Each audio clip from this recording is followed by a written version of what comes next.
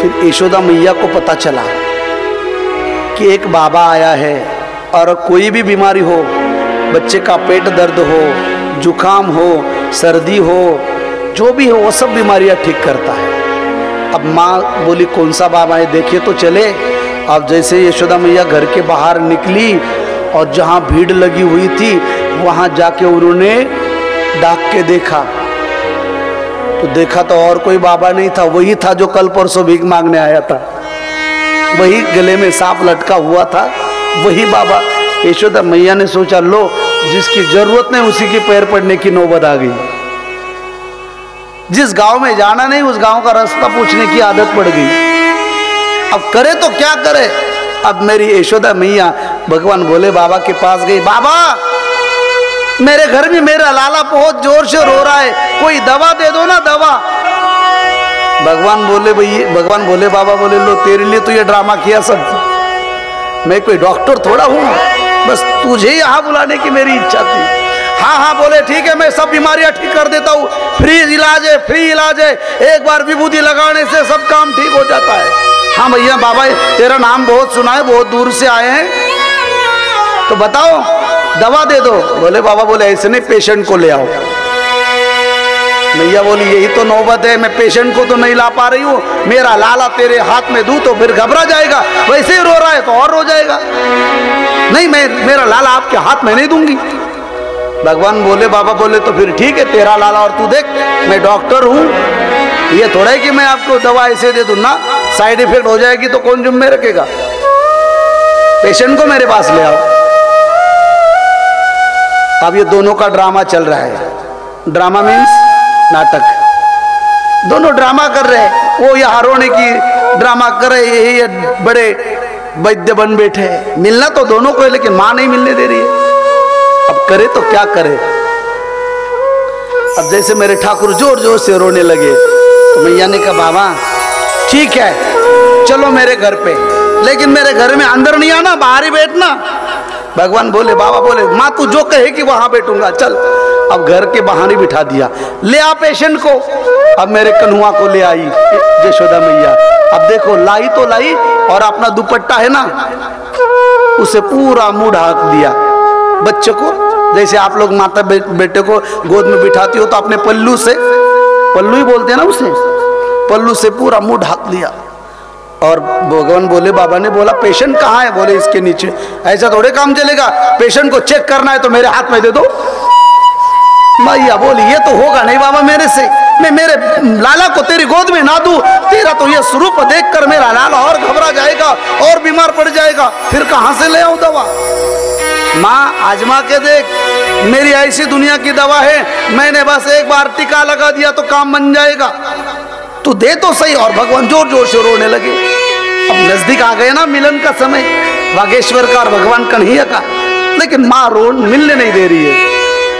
अब उसी समय भगवान रोते रोते थक गए और मैया ने सोचा बाबा देख मेरा लाला घबरा जाएगा, मेरे लाला को कछु मत करियो, तेरे गले में जो नाग है ना जरा उसे दूर हटियो। अब ना इलाज मेरी माँ शरण आ गई भोले बाबा के। एक बात बताऊं, दुनिया में माँ ऐसी होती है, अपने बच्चे के सुख के लिए किसी के भी आगे अपना पल्लू फैला देती है, बस मेरा बच्चा ठीक हो जाए।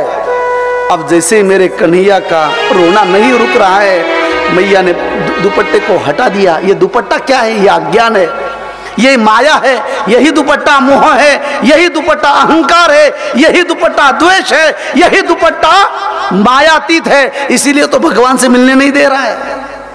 ये अज्ञान का दुपट्टा है, अहंकार का दुपट्टा है, बस इतना सा बाकी है मिलने के लिए, बाकी तो है तो नजदीक।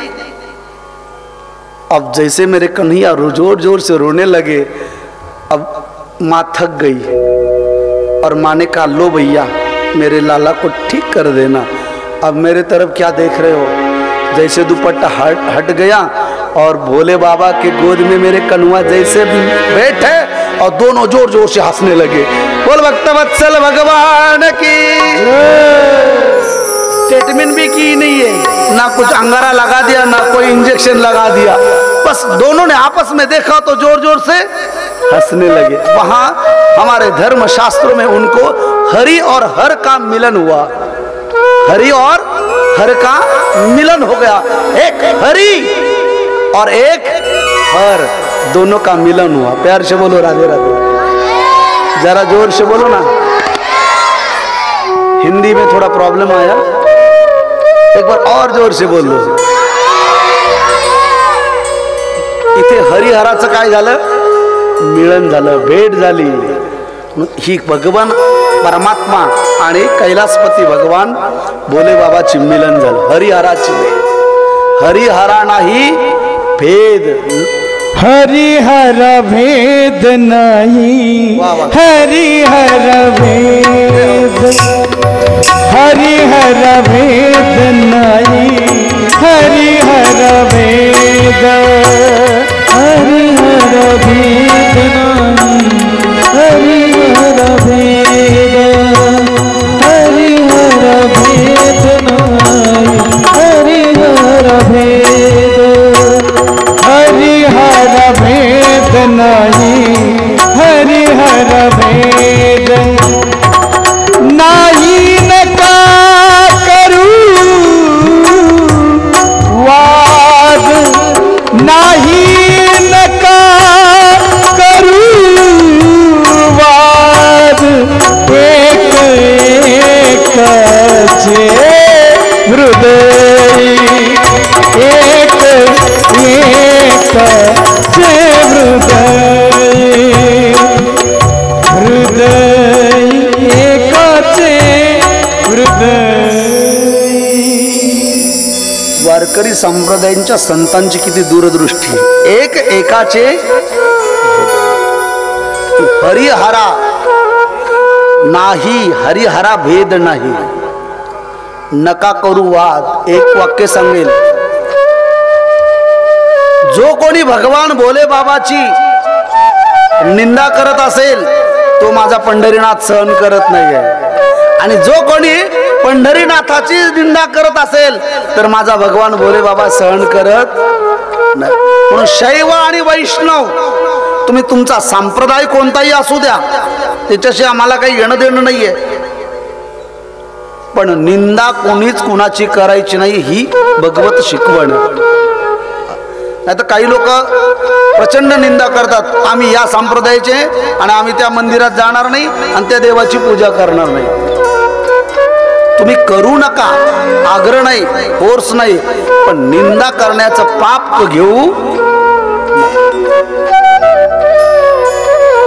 आणि भगवान भोले बाबाची आणि भगवान कन्हैयाची भेट झाली, दोघं हसायला लागलं।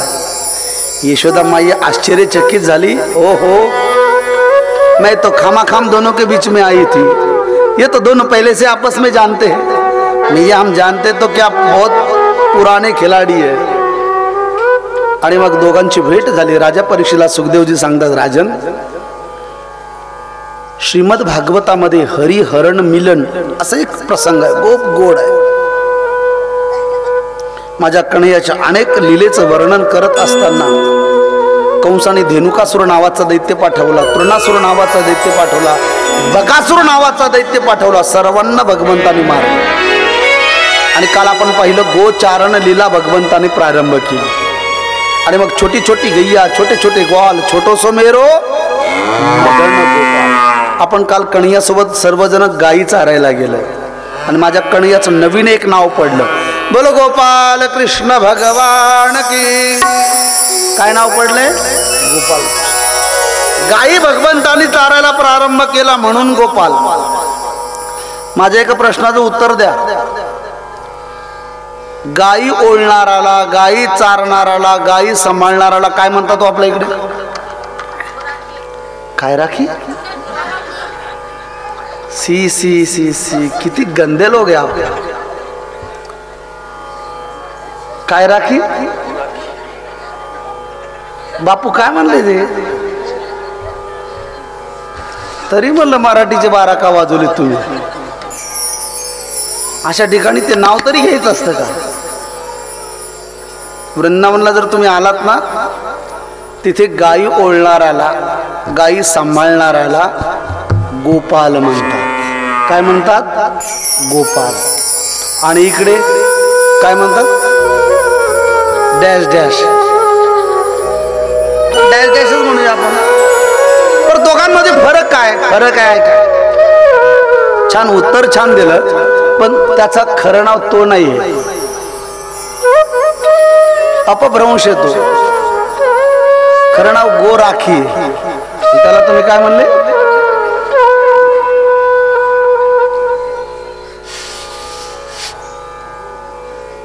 तुमचं फक्त वरचे कपडेच बघा, मला पान फुलं बघा. प्यार से बोलो राधे राधे. जरा जोर से बोलो ना. हा, या दोघांमध्ये फरक आहे. आदरणीय महाराज, वृंदावनला जर आपण गेलात तर तिथे जे गायी ओळणारे आहेत ना, त्या गायी ओळण्याची पद्धत वेगळी आणि महाराष्ट्रात गायी ओळण्याची पद्धत वेगळी. ऐकताय का तुम्ही जरा? महाराष्ट्रात गायी ओळण्याची पद्धत वेगळी आणि वृंदावनला गायी ओळण्याची पद्धत भिन्न भिन्न आहे. त्यात फरक काय? म्हणून नावात फरक आहे. तुम्ही बघा, इकडे गायी ओळताना सकाळी गायी त्या सोडल्या आणि गायी सोडल्यानंतर कुठे ओळायला नेतात? चारायला जंगलात, बरोबर? जिथे चारा असतो हिरवा हिरवा तिथे. मग तो जो असतो गायी ओळणारा, तो कशी प्रक्रिया आहे, त्याची पद्धत कशी आहे, जरा कोण सांगेल का मला? हा, तो गायी सोडतो, घरी टीव्ही पाहत बसतो का? मग तो गायी सोबतच जातो ना. मग तो जात असताना गायीच्या पुढे असतो का मागे असतो? बरोबर, करेक्ट. मला अपेक्षित असणारं उत्तर मिळालं. गायी सोडल्यानंतर गायी पुढे चालतात आणि तो गायीच्या पाठीमागे हियो हियो करत चालतो. हे दृश्य तुम्हाला वृंदावनला पाहायला मिळणार नाही. वृंदावनलाही गायी ओळतात. तुम्ही माझ्यासोबत आलात तर मी तुम्हाला वृंदावनला घेऊन जाईल, कारण मी दरवर्षी अधिक मासात उन्हाळ्याच्या सुट्टीत आम्ही एक भागवत कथा तिथे करत असतो. महाराष्ट्रातले जेवढे आपले भक्त आहेत, ज्यांनी ज्यांनी कथा ऐकल्यात किंवा आमच्या परिवाराशी निगडीत आहेत, आपल्या श्यामा इस्टेटमधले सगळेजण, बरेच जण माझ्यासोबत, आमच्या रसाळ वहिनी आहेत, ही सगळी मंडळी वृंदावनला आलेली आहेत. तिथे आम्ही आनंद घेतला. त्यांना विचारा तिथली पद्धत कशी आहे बाबा? तर तिथे जो असतो गायी ओळणारा, तो गायी सोडतो, तो गायीच्या पाठीमागे नाही चालत, तो डायरेक्ट पुढे चालतो. कशी काळी कमली काठी, तो पुढे चालतो आणि त्याच्या पाठीमागे हजारो गायी चालतात. जो पुढे चालतो आणि ज्याच्या पाठीमागे गायी चालतात त्याला गोपाळ म्हणतात. ऐका, जो पुढे चालतो गायी ओळणारा, ज्याच्या पाठीमागे हजारो गायी चालतात त्याला गोपाळ म्हणतात. आणि ज्यांच्या गायी पुढे चालतात आणि ज्यांच्या गायी पुढे चालतात आणि जे गायीच्या पाठीमागे चालतात त्यांना काय म्हणतात? Dash dash. काय म्हणतात? काय राखी? आता नाही बोलणार तुम्ही. खरे महाराज, आता याचा आध्यात्मिक अर्थ सांगेल, जरा नीट आहे का? आध्यात्मिक अर्थ असा आहे, गौ म्हणजे गाय. भक्तिशास्त्राने गौ म्हणजे गाय, पण वेदांत शास्त्राने गौ नाम इंद्रिय. गौ नाम इंद्रिय. आपल्या या गोकुळ रूपी शरीरात, हे गोकुळ म्हणजे शरीर आहे, कुळ म्हणजे समूह, गो नाम इंद्रिय, या गोकुळ रूपी शरीरात 14 गायी आहेत. कोणत्या कोणत्या? पंचज्ञान इंद्रिय आहेत, पंचकर्म इंद्रिय आहेत, मन, बुद्धी, चित्त आणि अहंकार. टोटल किती झाले? 5 आणि 5 10, 10 आणि 4 14. हे 14 इंद्रिय आहेत या गोकुळात, या शरीरात. आणि हा आत्मा आहे ना, हा भगवान श्रीकृष्ण आहे, हा राम आहे. सर्वागटी राम, देहादेही एक, तैसा हृदयामध्ये रामू असता सर्व सुखाचा, तो परमात्मा आहे. आणि मग या गोकुळात 14 गायीचा समूह आहे.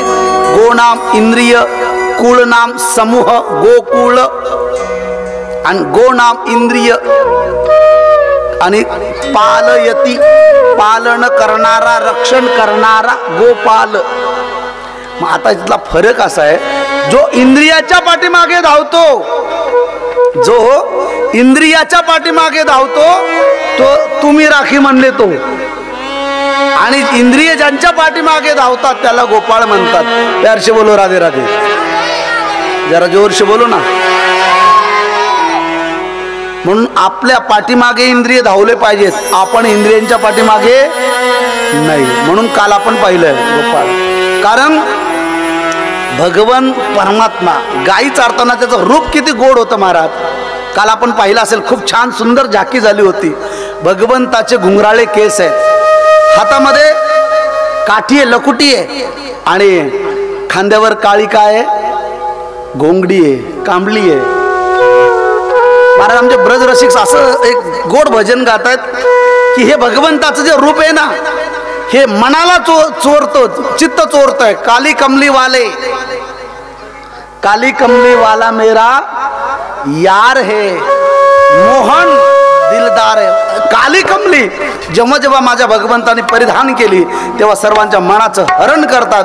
एक खूप गोड रसिक संतांचं भजन आहे, आपण ते गाऊया. सर्वांनी हात वर करा. हरी बोल, हरी बोल. काली कमली वाला मेरा यार है, काली कमली वाला मेरा यार है, मेरे मन का मोहन तू दिलदार है. काली कमली वाला मेरा यार है, मेरे मन का मोहन तू दिलदार है. काली कमली वाला मेरा यार है, मेरे मन का मोहन तू दिलदार है. काली कमली वाला मेरा यार है, मेरे मन का मोहन तू दिलदार है. तू मेरा यार है, बड़ा दिलदार है. तू मेरा यार है, मेरा दिलदार है. ओ काली कमली वाला मेरा यार है, मेरे मन का मोहन तू दिलदार है. काली कमली वाला मेरा यार है, मेरे मन का मोहन तू दिलदार है. जरा दो हाथ बंद कर दो, दो हाथ.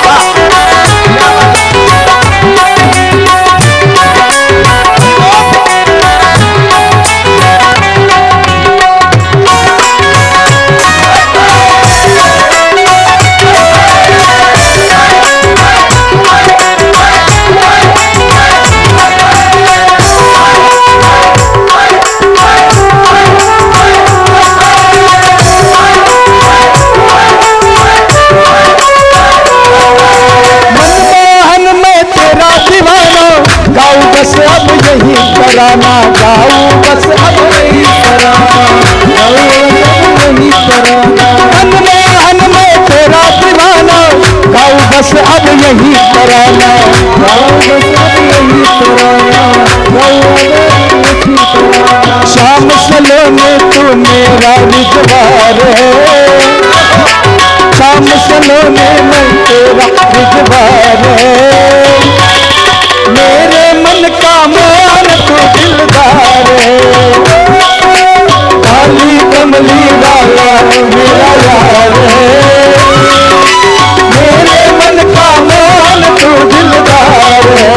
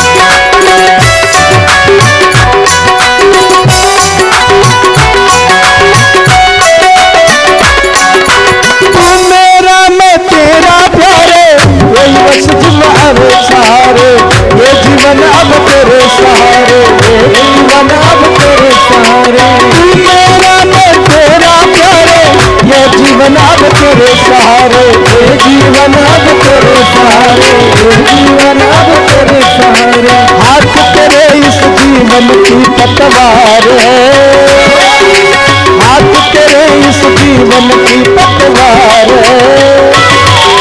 मेरे मन का मोहन तू दिलदार है, काली कमली वाला मेरा यार है। मेरे मन का मोहन तू दिलदार है, काली कमली वाला मेरा यार है। मेरे मन का मोहन तू दिलदार है, ओ मेरे मन का मोहन तू दिलदार है।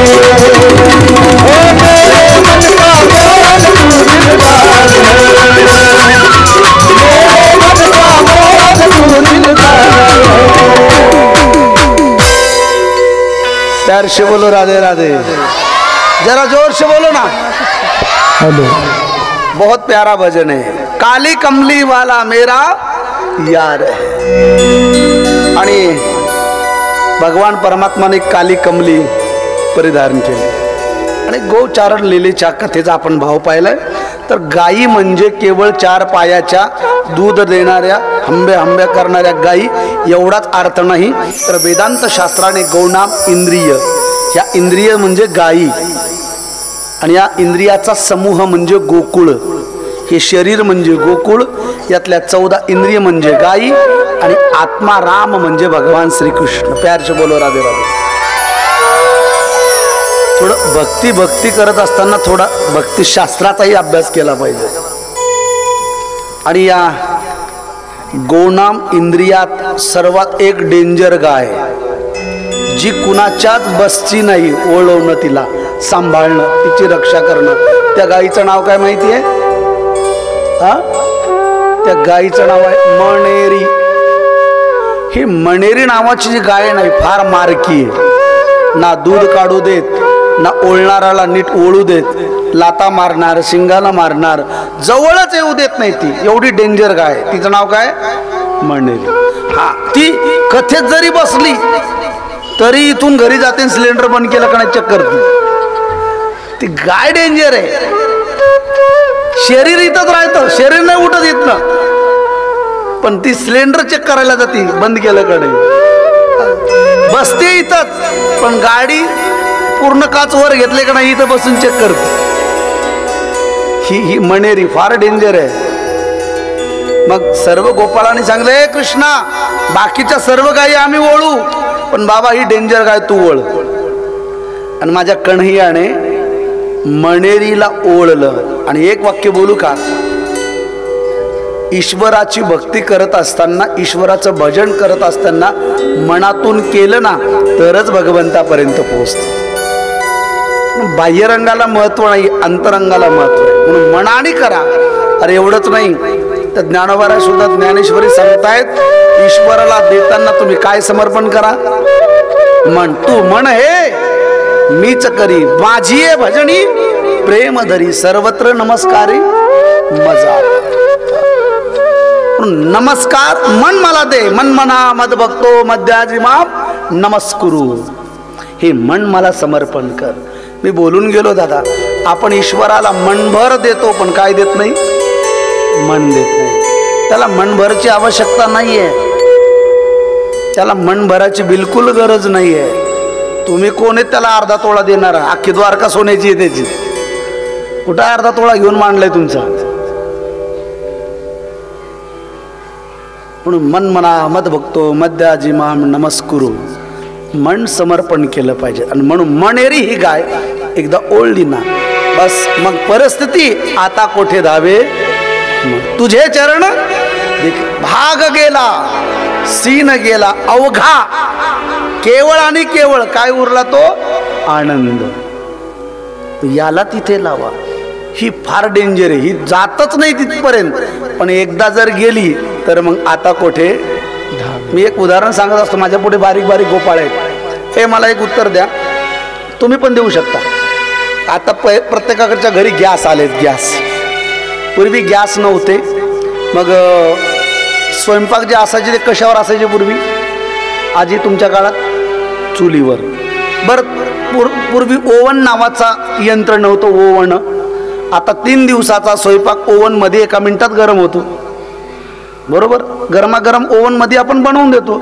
मग पूर्वी एखाद्या माता भगिनी जर स्वयंपाक केला, मग सणावाराला ती काय करायची? खीर, कढी, भजी, पापड, पुरणपोळी, आमटी, बस का काय वाढू? मला कुठं विकत आणायचं? तुम्ही सांगत राहा, मी सांगत राहील. मोतीचूर लाडू, रबडी, ती पूर्ण पदार्थ बनवते. आणि मग हे सर्वचे सर्व पदार्थ गरम राहण्यासाठी ती माऊली काय करते? त्या चुलीजवळ ओव्हन नसतं, मग काय वापरते ती? तिचं ओव्हन कोणतं होतं? करेक्ट. चुलीमधला आहार बाहेर काढायचा आणि थोडे थोडं त्याचं एकट्ठा करायचा आणि प्रत्येकीवर कढीचं भांड, वरणाचं भांड, आमटीचं भांड थोडं थोडं ठेवायचं, म्हणजे ते दीर्घकाळ गरम राहील. बरोबर. आणि मग त्या किचन रूम मध्ये एक मावशी असायची. मासी असते ना किचन मध्ये. किचन मध्ये मासी नाही असं किचनच नाही. हा, ते तुम्ही कितव्या फ्लॅटवर राहा तरी मावशी पोहोचते तिथे. किती पॅक मध्ये राहा तिथं मासी येतेच. मग ती एक माशी असते तिथे. ती माशी काय करते? माझ्या प्रश्नाचं उत्तर द्या. ती मासी एका सेकंदात उठते, कढीवर बसते. कढीवरनं दुसऱ्या सेकंदात उठते, खिरीवर बसते. खिरीवरनं तिसऱ्या सेकंदात उठते, भज्यावर बसते. भज्यावरनं चौथ्या सेकंदात उठते, विस्तवावर बसते. विस्तवाहून 5व्या सेकंदावर उठते आणि पुरणपोळीवर बसते. बरोबर ना? मग तुम्ही एक काम करा, पुरणपोळी खाऊन या घरून तोपर्यंत. ती विस्तवावर न बसल्यानंतर कशावर बसते? आता पुरणपोळी बाकी आहे फक्त आणि खीर बाकी आहे. ती एकदा विस्तवावर बसली की किती मिनिटानंतर उठते आजी? दादा, ती मासी जर विस्तवावर बसली तर तिथून किती सेकंदांनी उठते?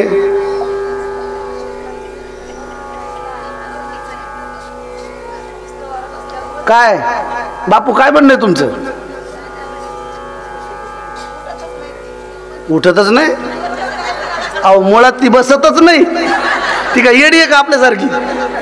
ती बसतच नाही तर उठायचा प्रश्नच नाही. जर चुकून ती बसली तर मग तिथून ती उठत नाही. तसंच मावशी हे आपलं मन आहे. नको तिकडं बसेल, नको तिकडं बसेल. आता इथं बसल्या बसल्या जोगेश्वरीत जाऊन बसेल, इथं बसल्या बसल्या दुर्वांकूरला जाऊन बसेल, इथे बसल्या बसल्या नको तिथे जाऊन बसेल, पण भगवंताच्या चरणावर, जगदंबा पद्मावतीच्या चरणावर बसणार नाही. आणि जर एकदा बसलं तर मग सिरियल लक्षात राहत नाही.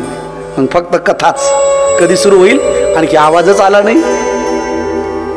बरोबर. हे एक तर येतच नाही, मन बसतच नाही. आणि जर एकदा का बसलं तर मग पुन्हा उठत नाही. म्हणून तर गोपाळ म्हणतायत, कृष्णा ही मणेरी नावाची डेंजर गाय तू ओळ, हिला आम्ही ओळू शकत नाही. अशा माझ्या कन्हैयाने अनेक खोड्या आणि लीला केल्यात. लीला करत असताना ब्रजभूमीमधली एक प्रसिद्ध लीला आहे. एक वेळेस ब्रजवासी आपापल्या घरी पदार्थ बनवत होते आणि पदार्थ बनवत असताना कृष्णाने आईला विचारले, मम्मी, माँ यशोदा, ये क्या कर रही हो? आज घर में पकोडे बन रहे.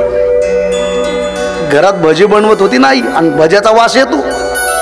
मला एक कळत नाही महाराज, हे जे हॉटेलवाले असतात ना, हॉटेलवाले सर्व पदार्थ आतमध्ये बनवतात किचनमध्ये आणि ठराविकच पदार्थ बाहेर बनवतात. त्याच्यामध्ये भज्याचं एक नाव असतं. ते बाहेर का बनवतात माहिती आहे तुम्हाला? रस्त्याने चाललेल्या माणसाच्या नाकात त्याचा वास जावा आणि त्याने आतमध्ये घ्यावं. हा, म्हणून ते टेक्निकल आहे त्यांचं, की भज्यात असा छान वास येतो बघा.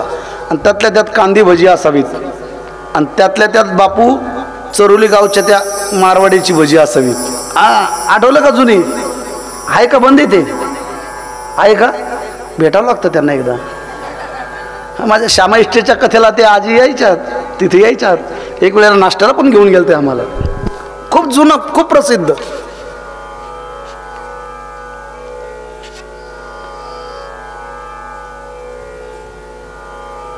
त्या भज्यात मी काहीतरी विसरून गेलो सांगायचं. काय सांगत होतो मी? नाही, मासी गेली हो.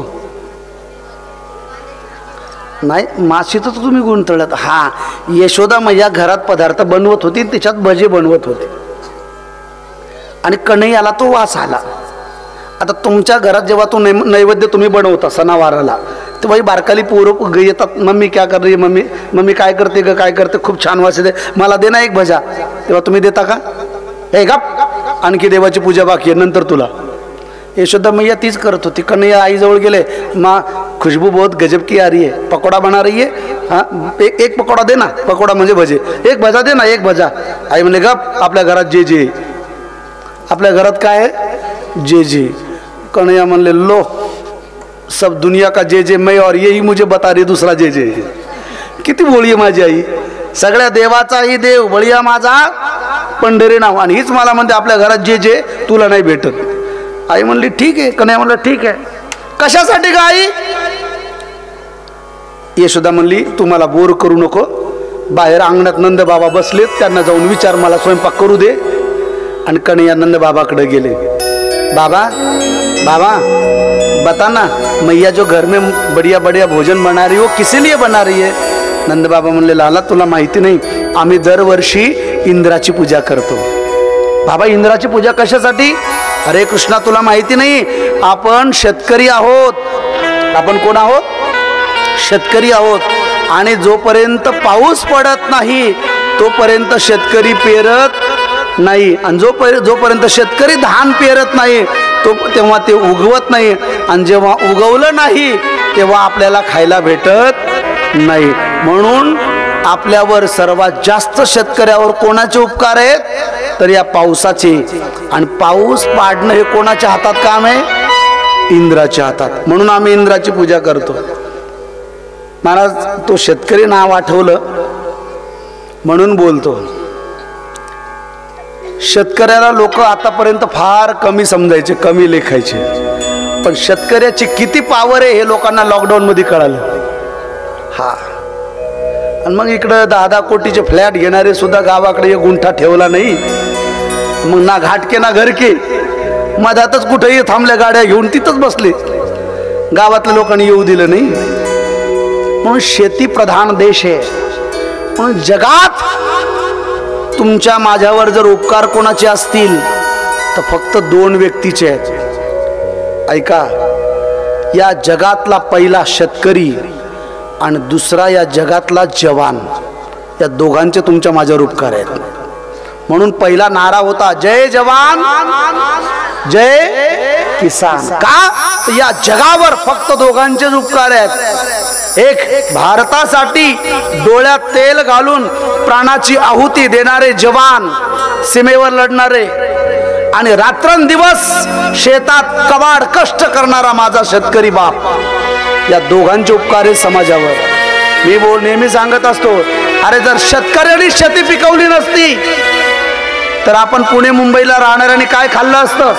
भले तुम्हाला 1 लाख पेमेंट आहे, तुमचं सोडा, अनिल अंबानी टाटा बिर्लानी काय नटबोल्ट खाल्ले असती? ते कुणीतरी पिकवतंय म्हणून खातायत ना. म्हणून पैसानी पोट भरत नाही, त्यांनी धान्य विकत घेतल्याशिवाय पोट भरत नाही. आणि धान्य पिकवणारा कोण असतो? माझा शेतकरी बाप असतो, शेतकरी असतो. म्हणून जगात दोघांचे उपकार आहेत आपल्यावर, शेतकऱ्याचे आणि जवानांचे. म्हणून एक वाक्य मी नेहमी सांगेल या भक्ती टीव्हीच्या चॅनलच्या माध्यमातून, आयुष्यात 2 गोष्टी कधी लक्षात ठेवा. जेव्हा तुम्ही जेवायला बसाल ना, रोज सकाळी संध्याकाळी दुपारी जेवायला बसताना माझ्या किसानांना आठवा. वाक्य हिंदीतलं आहे, पुन्हा ऐका. जब भी आप भोजन करने के लिए बैठोगे तो पहला ग्रास लेने से पहले आपके ऊपर एहसान है वो किसान का, जिस किसान ने पूरी रात मेहनत करके, पूरी दिन मेहनत करके आपके लिए अनाज उगाया है, और वो अनाज आप खा रहे हैं. इसलिए भोजन करते समय पहली याद रखना मेरे किसान को, और रात को जब आप सोओगे ना तो पहला याद करना मेरे जवान को. तो डोळ्यात तेल घालून सीमेवर लढतोय तो माझा जवान. अरे तो रात्रंदिवस ड्युटी करतोय म्हणून तुम्ही आम्ही गाढ झोपतोय. आणि जर त्यांनी जर हलगर्जीपणा केला असता आणि केला तर तुम्ही आम्ही झोपलेले असताना कधी हे पाकिस्तानी आतंकवादी येतील, कधी त्या ताज हॉटेल सारखा तुमच्या माझ्यावर बॉम्बस्फोट करतील, काही सांगता येत नाही. म्हणून तुम्ही आम्ही जे रात्रभर जे गाढ झोपतो ना एसी रूम मध्ये, तर कोणाचे उपकार आहेत आपल्यावर? त्या भारतीय जवानांचे, ज्या जवानांनी प्राणाची आहुती या देशासाठी समर्पण केली, त्या जवानांचे झोपल्यानंतर उपकार माना. आणि जेवताना कोणाचे उपकार माना? किसानांचे. म्हणून जय जवान जय किसान. बाकी कुणाचे उपकार मानू नका. म्हणून माझे एक वाक्य नेहमी सांगतो, एखाद्या गावात कोणती जरी मोठा महाराज असेल तर त्याची तुम्ही पूजा करा किंवा नका करू. एखादा सीमेवर लढणारा जर जवान पुन्हा गावात परतला ना, तर अख्खा गाव मिळून त्याचा नागरिक सत्कार करा, कारण तुमच्या गावचं ते भूषण आहे. तुमच्या गावचं ते काय भूषण आहे. म्हणून किसान आहे, शेतकरी म्हणून आपण जिवंत आहे. लॉकडाऊन मध्ये पाहिला, पण त्याचा अनुभव घेतलाय. देवाने आपल्याला ती झलक दाखवली आहे. म्हणून शेतीवाल्याला किंमत द्या. आता ते माझं ते स्टेटमेंट नाहीये, मला ते बोलायलाही जास्त इथे जमणार नाही. पण जी लोक म्हणतात ना शेतकऱ्याला कर्जमाफी वगैरे, कर्जमाफी करा, माझं वैयक्तिक मत आहे, जो शेतकरी आहे ना ओरिजिनल जातीवंत, त्याला एकालाही अपेक्षा नाही की कर्ज माफ करा. म्हणजे कर्जमाफी मागणारे कोणते शेतकरी माहिती आहे का? जागा 1 गुंठा आणि कर्ज 4 कोटी. हे कळणाऱ्याला माझा इशारा कळाला असेल. शेत 1 गुंठा आणि कर्ज घेतले 4 कोटी. ओरिजिनल जातीवंत शेतकरी ना, तो रात्रंदिवस मेहनत करतो. त्याला तुमची कर्जमाफी नकोय. त्यांनी फक्त पिकवलेल्या मालाला व्यवस्थित भाव द्या, म्हणजे तो सुखी आहे. त्याला तुमची कर्जमाफी नको, भीक नको त्याला. तो मेहनत करतोय ना, त्याला व्यवस्थित फक्त भाव द्या. त्याला कर्जमाफीची गरज नाही तुमच्या. उलट शेतकऱ्याच्या नावावर चांगल्या चांगल्या बिझनेसमॅननी आपले कर्ज काढून कर्ज माफ करून घेतलेत. हा मला माहिती आहे. हे भक्ती टीव्ही चॅनल, आता माझी एक काल परवा मी काहीतरी बोललो वाटतं, अख्ख्या महाराष्ट्रभर ती क्लिप व्हायरल झाली. म्हणून मी बोलताना विचार करून बोलतोय.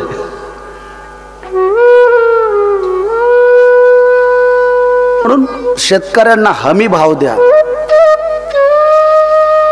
तुमचा पक्ष कुठलाही असू द्या, सत्ता कुठलीही असू द्या, पण शेतकऱ्याची काळजी कुणालाच नाही, कोणत्याच पक्षाला नाही, कोणत्याच पक्षाला नाही. फक्त एकच पक्ष असा आहे ज्याला शेतकऱ्याची काळजी. त्या पक्षाचं नाव काय माहिती आहे का? विरोधी पक्ष. जेव्हा हा विरोधात जातो तेव्हा शेतकऱ्याचा कळवळा येतो याला. जेव्हा हा सत्तेत असतो तेव्हा शेतकऱ्याला विसरतो. मग तो पक्ष कुठलाही असू द्या. माझं बोलणं कळतंय ना? म्हणून शेतकऱ्याच्या हिताचं सरकार. शेतकऱ्याला कर्जमाफी नको, शेतकऱ्याला फक्त हमी भाव पाहिजे. नंदबाबा म्हणतायत, हरे कृष्णा, आपण शेतकरी आहोत, किसान आहोत, आणि जोपर्यंत पाऊस पडत नाही तोपर्यंत नाही. म्हणून इंद्राची पूजा करतोय. भगवान म्हणले, बाबा गलत, हे चुकीचं आहे. कोण म्हणलं तुम्हाला इंद्र पाऊस पाडतोय? अहो, इंद्र पाऊस नाही पाडत, इंद्र नोकर आहे. कुणाचा? माझ्या भगवंताचा. कसं काय? इंद्र चंद्र महेंद्र याचीची पूजिती, श्रुती शास्त्र तेही याचीची स्तविती. निळा म्हणे तो जोडला सांगाती हो. निळवरांची गवळण आहे. इंद्र चंद्र महेंद्र धर्मेंद्र नरेंद्र देवेंद्र सगळे याचीची पूजिती. हेही काही न कळाले नाही. हे सगळे याचीची पूजिती, याच्याच नावावर चाललंय सगळं. हा, याचं नाव नाही घेतलं तर कोणी भाव देणार नाही. म्हणून इंद्र चंद्र महेंद्र याचीची पूजिती, श्रुती शास्त्र तेही याचीची स्तविती. याचं स्तवन करतायत. आणि कोण म्हणतो इंद्र? नाही, इंद्र नोकर आहे. मला सांगा, पोस्ट पूर्वी फोन पे, ATM, गुगल पे ही सिस्टीम नव्हती. मग जर तुम्हाला इकडनं गावाला पैसे पाठवायचे किंवा गावावरनं पैसे बोलवायचे तर काय काय सुविधा होती? पोस्टमॅन, त्याचं नाव होतं मनी ऑर्डर. त्याचं नाव काय होतं? मनी ऑर्डर. ते मनी मीन पैसा यायचा आणि मग आपण ते सही करायची आणि घ्यायचं. मग एखाद्या तुम्हाला गावावरनं 20,000 रुपये आले तर तुम्ही त्या पोस्टमॅनच्या पाया पडता का? बरं झालं दादा तुम्ही पैसे दिलेत. पोस्टमॅनने उपकार केलेत का आपल्यावर? ना. पोस्टमॅनचं काय? उलट पैसे आणून द्यायचे, त्याला पगार आहे. जर खुशीने तुम्ही चहा पाजला तर ती गोष्ट वेगळी, पण पोस्टमननी पैसे दिले म्हणजे त्याचा उपकार आपल्यावर नाही का? तर पैसे आपल्याला पाठवणारा वेगळा आहे, फक्त हा पोहोचवणारा आहे. तसं इंद्र म्हणजे पोस्टमन आहे. वाक्य ऐका, इंद्र म्हणजे पोस्टमन आहे. माझ्या भगवंताने पाणी पुरवठा योजना केली आणि इंद्र हा फक्त पाणी सोडणार आहे. कॉलनीत असतो ना नगरपालिकेचा, पाणी सोडणारा म्हणजे इंद्र आहे. हा, एखाद्या नगरसेवकाने आपला रोड चांगला केला म्हणजे त्याने उपकार नाही केला. हा, त्याने लवकर केला हा उपकार केला, न काही खाता केला हा उपकार केला. पण त्याने रोड केला म्हणजे उपकार नाही केला का? तर टेंडर लवकर आणलं, देणारे वेगळे आहेत. हे फक्त आणण्यासाठी आपण यांना काय केलंय? नियुक्त केलंय. म्हणून मला स्वाभिमान आहे, मी ज्या भारत देशात राहतो ना, या भारत देशाचे पंतप्रधान स्वतःला पंतप्रधान न बनवून घेता ते प्रधान सेवक म्हणून घेत आहेत. प्रधान सेवक म्हणून घेत आहेत. म्हणून जिल्हा परिषद ग्रामपंचायतच्या सदस्यापासून तर देशाच्या पंतप्रधानापर्यंत तुमचे माझे कोण आहेत? ते सेवक आहेत. तुम्ही आम्ही त्यांना निवडून दिलेले आहे. ते कोण आहेत? आपले सेवक आहेत. सेवक, आणि सेवके सांगितले करावे काम. मग एखादा सेवक काम करत असेल म्हणजे उपकार करत नाही, फक्त काम करणाराला निवडून द्या. आज कथेला लोकसंख्या का कमी आहे माहिती तुम्हाला? तिकडनं मराठवाड्यातनं गाड्या पाठवल्या इकडनं घेऊन जायला, जाण्या येण्याच्या व्यवस्थेसह 2-2 हजार रुपये प्लस दक्षिणा गंध लावून. अवश्य घ्या, मतदान येते. पैसे घेऊन मतदान करू नका कधीच, कुणाकडनं मतदान घेऊन पैसे घेऊन मतदान करू नका. आणि जर मतदान तुम्ही पैसे घेऊन करत असाल तर तुम्ही कोणत्या तोंडाने म्हणताय की आमचं काम केलं नाही? पण हक्क नाही आपला म्हणायचा नेत्याला की आमचं काम करा. आता काय, जे पैसे घेतले ते गेलेत गावाला, राहिलेल्याचं मतदान इथं असेल. त्यामुळे येणाऱ्या भविष्यात पिंपरी चिंचवडच्या नगरपालिकेच्या निवडणुका लागणार आहेत, आळंदी नगरपालिकेच्या निवडणुका लागणार आहेत. माझं आव्हान आहे, कोणत्याही राजकीय नेत्याकडनं पैसे घेऊ नका. त्याला सांगा, दादा आम्ही तुलाच मतदान करू, फक्त तू आम्हाला लागणार आहे. लागतं तरी काय जीवायला माणसाला? जीवन जगायला लागतं काय हो? 3 गोष्टीची गरज आहे. कोणतं? अन्न, वस्त्र, निवारण, छोटे पिंची चार्जर आहे का नाही? जो मोबाईल असेल त्याचं चार्जर. दुसरं लागतं काय जीवन जगायला? आता मोबाईल विसरून चालणार नाही, कारण तो जीवनाचा अविभाज्य भाग झालाय. म्हणून रस्ता, पाणी, लाईट ह्याच गोष्टी लागतात ना. त्याला सांगा, दादा तुला मतदान आम्ही असं करतो, फक्त आम्हाला रस्ता चांगला दे, प्यायला पाणी दे. कष्ट आम्हीच करणार आहे. म्हणून येणाऱ्या काळात पिंपरी चिंचवड आळंदी नगरपालिका कोणतीही निवडणूक लागली तर कोणत्याही नेत्याकडनं पैसा न घेता मतदान करा. चेहरा फक्त विकासाचा पहा, इमानदार चेहरा पहा आणि त्यालाच मतदान करा. ही क्लिप भविष्यासाठी कामी येईल. राधे राधे. परत कुठं सेटअप लावायचा एवढा? हे सगळं ऑलरेडी तयार ठेवलं पाहिजे.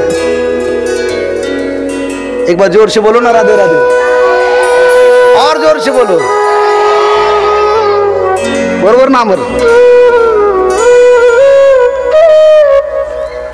नंदबाबांनी सांगितलं इंद्राची पूजा. भगवान म्हणले ना, गलत आहे. इंद्राची पूजा नाही करायची. मग करायची कुणाची? तर शेतकऱ्याचा खरा दैवत कोण आहे? तर शेतकऱ्याची खरी दैवत आहे भूमी. ही माता, काळी माता, ही आपलं कोण आहे? दैवत आहे. ही देते आपल्याला जन्म, ही देते आपल्याला अन्न. आणि गोवर्धन म्हणजे शेती, एक डोंगराचा भाग, त्याची पूजा करायची. आणि मग सर्वजण नंदबाबा म्हणले, अरे कृष्णा, आमच्या दादा परदादापासून आलं हे चालत, आम्ही इंद्राचीच पूजा करतो. तू कालचं पोरग आणि आम्हाला डायरेक्ट नियम तोडायला लागतो. एक लक्षात घ्या बाबा, कालाय तस्मै नमः. सूत्र काय आहे? कालाय तस्मै नमः. जसा जसा काळ बदलत जाईल तसं तसं माणसाने परिवर्तन केलं पाहिजेत. आणि जर तुम्ही जुनेच विचार करून घेऊन जर बसलात तर तुमच्या जीवनात सुख भेटणार नाही. सोपं उदाहरण देतो. तुम्ही जर म्हणत असाल आमच्या काळात, जर एखादं कोणी शब्द वापरत असेल ना, महिला पुरुष, आणि सुनेला जर टोमणे देत असेल, आमच्या काळात आम्ही आळंदीला पायी जायचो. आणि बाई तुम्ही तर इथून फाट्यावर जाताना गाडी घेऊन जाताय. आजी लोड घेऊ नको, ती भाग्यवान आहे, ती भाग्य घेऊन आली, तिच्याकडे स्कूटी आहे. तू जेव्हा आलती तेव्हा काही नव्हतं तिकडं. ती आनंद घेते, तिला आनंद घेऊ दे. तू विनाकारण टेन्शन घेऊ नको. तुझी सून इथं स्कूटी घेऊन जाऊ दे, नाही तर तिथल्या तिथं किचनमध्ये चपलच खाऊ दे, तू लोड घेऊ नको. तू फक्त काय करते ती पहा, बोलूच नको. कारण काळ बदललेला आहे. कालाय तस्मै नमः. काय होतं बर, तू टेन्शन घेतल्यावर ती ऐकते का? ती उलट जास्तच करते. त्यामुळे तू लोड घेऊ नको. कालाय तस्मै नमः. आणि मग आणि जर काही झालंच कृष्णा, कन्हैया म्हणले जिम्मेदार मी आहे. आणि मग सर्व ब्रजवासी गोवर्धन पर्वताची पूजा केली. आणि गोवर्धन पर्वताची पूजा केल्यानंतर सगळे जे भोग बनवले होते ते गोवर्धनाला लावले. माझ्या कन्हैयाने गोवर्धनाचं रूप केलं आणि स्वतः ब्रजवासी झाले. अख्खा प्रसाद खाल्ला, 56 भोग प्रसाद खाल्ला. कालचा प्रसंग आहे, त्याला पुन्हा मी रिव्हिजन दिलं. आणि इंद्राला राग आला. इंद्र म्हणला, जे माझी पूजा करतात यावर्षी माझी पूजा केली नाही. इंद्र कोपला. इंद्राने सांगितलं वरुण राजाला, एवढा पाऊस पाड, एवढा पाऊस पाड, एवढा पाऊस पाड की या काटे नगरात एक सुद्धा घर राहता कामा नये. आणि एवढा पाऊस पाडला, एवढा पाऊस पाडला की असं वाटत होतं की महाप्रलय आला. आणि मग काटेनगरातली काही ठराविक माणसं कृष्णाकडे गेले, कृष्णा अरे तुझं ऐकून आम्ही असा बदल केला, नाही तर दरवर्षी आमचा नियमच होता, आम्ही बदल नाही केले, बघ तुझ्यामुळे आमचं नुकसान व्हायला चाललंय. कन्हैया म्हणले चिंता मत करो, ज्या गोवर्धनाची आपण पूजा केली ना तोच आपली रक्षा करेल. सगळे ब्रजवासी कन्हैयाच्या जवळ गेले. माझ्या कन्हैयाने त्या पर्वताला हात जोडला आणि अख्खा पर्वत छत्रीसारखा एका करंगळीवर उचलला. बोल गिरधारी भगवान की जय. 7 दिवस 7 रात्र आणि एका करंगळीवर धरला. शेवटी 7 दिवस संपले आणि पाऊस शांत झाला. इंद्र पुन्हा खाली येऊन पाहतोय तर काय, काटे कॉलनीतले बंगले जशास तसे, उलट धुळीने घाण झालेले स्वच्छ निघाले. पाऊस पडलाच नाही असं वाटलं. इंद्राने वरुण राजाला फोन केला, का रे तू पाऊस नाही का पाडला इथे? इंद्र म्हणला सगळा स्टॉक संपलाय. जेवढे 10,000 लिटरचा आपली स्टॉक होता तो अख्खा संपला. पाऊस शिल्लक, पाणी शिल्लक नाही. आता धरणात पाणीच नाही, काय करू मी? प्यार से बोलो राधे राधे, जरा जोर से बोलो ना. स्टॉकच शिल्लक नाहीये, काय करायचंय? आणि मग इंद्राच्या लक्षात आलं की आपण चुकी कोणाची केली? भगवंताची. आणि इंद्र खाली आला, कृष्णाचे हात जोडले. इंद्राने कन्हैयाची स्तुती केली, प्रभू क्षमा करा, मी तुम्हाला ओळखू शकलो नाही. आणि मग कन्हैयाने आणि ब्रजवासीने आणि इंद्रासहित त्या गोवर्धन पर्वताची पूजा केली, गोवर्धन पर्वताची प्रदक्षिणा केली. या जगात एकमेव गोवर्धन पर्वत असा आहे वृंदावनचा, जर त्याची कोणी प्रदक्षिणा करतं, मग जसं ज्याला वेळ मिळेल तसा, कोणी पायी करतं, कोणी गाडीने करतं, कोणी दंडवत देऊन करतं. आता जे जे माझ्यासोबत वृंदावनला आलेत, आमच्या श्यामा इस्टेटमधले रसाळ बहिणी, तापकीरताई, भताने आई, या सगळ्यांना विचारा. बरेच या परिसरातले बरेच एक 50-60 जण माझ्यासोबत होते, त्यांना विचारा. तो गोवर्धन पर्वत आजही साक्षात कल्पवृक्ष मारा. तुम्ही जाऊन आलात, कल्पवृक्ष आहे. जो कोणी गोवर्धन पर्वताची प्रदक्षिणा मारतो त्याच्या सर्व मनोकामना पूर्ण होतात. मग माझी इच्छा आहे या काटे कॉलनीतील, या चरोली वाट्यातील सर्वांना एकदा वृंदावनला घेऊन जायचंय. तर कोण कोण येणार आहे माझ्यासोबत वृंदावनला? आता मी नेतो, माझ्या तिकीटाने आता मी सगळ्यांना नेतो फ्रीमध्ये. आता लगेच म्हणजे कथा संपली की लगेच जायचं आपल्याला. प्लेन वगैरे सगळं रेडी आहे एअरपोर्टहून. पण ज्यांना यायचं असेल भविष्यात तर अधिक मासात वृंदावनला कथा आहे, तेव्हा माझ्याशी संपर्क करा, बापूशी संपर्क करा. आम्ही सगळे इथंच आहेत, आमचे रसाळ माऊली आहेत, त्यांच्याशी संपर्क करा. सगळे मिळून आम्ही जाणार आहेत. तर तुम्ही या, ही अपेक्षा आहे. पण आता गोवर्धन प्रदक्षिणाला मी सगळ्याला घेऊन जाणार आहे, सर्वांना. कुणाला यायचं हातवर करा. आताचं तिकीट माझं आहे, नंतरचं तिकीट तुमचं लागेल. आता चला सर्वांनी हातवर करा आणि चला गोवर्धन प्रदक्षिणाला. अरे बोल. मैं तो गोवर्धन को जाऊं मेरे वीर,